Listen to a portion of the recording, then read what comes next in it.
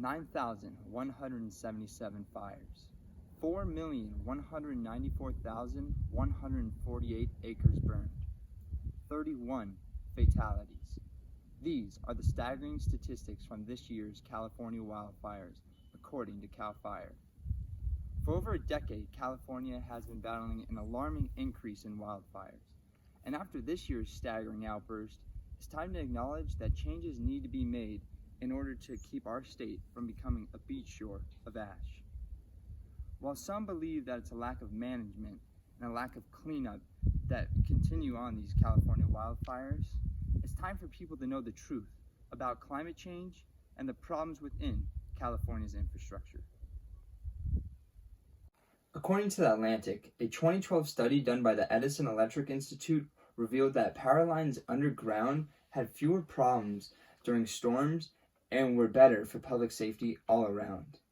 Now, California has 210,000 miles of power line, all of which are exposed to the harsh winds and unnatural weather patterns California has faced over the last decade.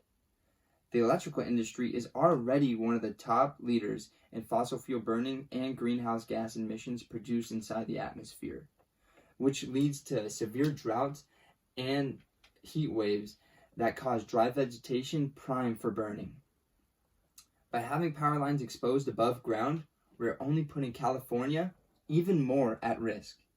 To protect California, be aware of the problems that come with having power lines exposed above ground. A 2020 PBS article reveals the infamous 2018 Camp Fire, which killed 85 people, was caused by electrical transmission lines owned and operated by the utility company Pacific Gas and Electric, otherwise known as PG&E, and exacerbated by the usual fire-friendly forces of low humidity, strong winds, and dry vegetation. Electric companies need to be held more accountable for their structure and maintenance of power lines to help prevent future outbreaks of fires.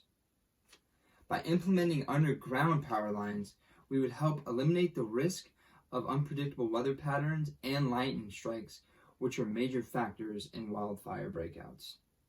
To do so, we must address another topic related to fossil fuel burning and unpredictable weather patterns. This is climate change. Climate change. It must be addressed. From 2011 to 2019, California experienced one of its more severe droughts, leaving millions of trees dried and left to be burned.